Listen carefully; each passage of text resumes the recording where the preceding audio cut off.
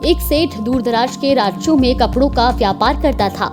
अपनी ईमानदारी और कड़ी मेहनत के कारण सेठ के पास जमीन जायदाद रुपए पैसे की कोई कमी नहीं थी। सेठ की एक पत्नी थी जिसे वो बहुत प्यार करता था। अरे क्या हुआ, परेशान क्यों हो? मेरे बाल बहुत ज़्यादा झड़ रहे हैं, रोज कम हो रहे हैं, पता नहीं क्या हो गया है। पहले तो सेठ को ये कोई बड़ी समस्या नहीं लगी, किंतु धीरे धीरे उसे लगने लगा कि उसकी पत्नी के बाल काफी कम होते जा रहे हैं। सेठ देश विदेश से पत्नी के लिए दवाई लाने लगा, किंतु किसी दवाई से कोई फायदा नहीं हुआ। क्या फायदा इस धन दौलत का जब मैं अपनी पत्नी का ही इलाज ना करा पाऊँ? एक दिन पूरी तरह से गंजी हो जाएगी, लोग मुझे गंजी की पति कहकर बुलाएंगे। सेठ इतना परेशान था कि रात में तो उसको अपनी पत्नी के ही सपने आते और महसूस होता कि चारों तरफ लोग उसे गंजी का पति कहकर बुला रहे हैं और उसकी पत्नी बहुत रो रही है। सेठ का मन उसके व्यापार में न लगता, जिसके कारण सेठ के ग्राहक भी कम होने लगे। वो महीनों से दूसरे नगरों में भी नहीं गया था।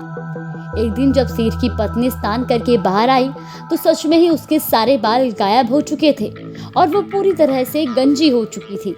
उसने जब अपनी पत्नी का ये हाल देखा तो वो गांव के बाहर बने देवी के मंदिर में चला गया। उसे लगा वहां बैठकर उसे शांति मिलेगी। तभी वहां पर एक साधु आया। क्या हुआ बेटा, इतना उदास क्यों हो? महाराज, समस्या ही कुछ ऐसी है। सेठ सारी समस्या साधु को बताता है। साधु उसकी समस्या सुनकर अपने झोले से एक बोतल निकालता है और सेठ को दे देता है। बेटा, ये जादुई तेल है, जिस भी चीज पर लगाओगे वो फिर से पनप जाएगी और खूब बढ़ेगी। इसका प्रयोग बहुत ध्यान से करना और काम हो जाने पर इसे गांव के सरोवर में डाल देना। धन्यवाद महाराज, मैं ऐसा ही करूँगा। सेठ घर आया और तेल अपनी पत्नी को दे दिया। पत्नी पति के कहे अनुसार रोज उस तेल को अपने सर पर लगाने लगी। सच ही उसके बाल बड़े लंबे हो गए।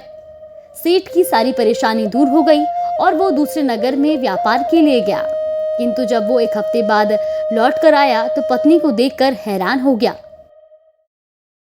हे भगवान, ये तुम्हारी जीभ को क्या हो गया? मुझसे बहुत बड़ी भूल हो गई। तेल खत्म होने के बाद मैंने सोचा कि तेल वापस कैसे मिलेगा, क्यों ना मैं घर पर ही तेल बना लूं।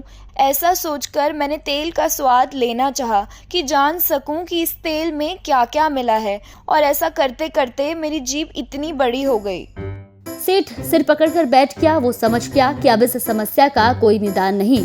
उसके बाद सेठ की पत्नी को किसी ने घर के बाहर कभी नहीं देखा।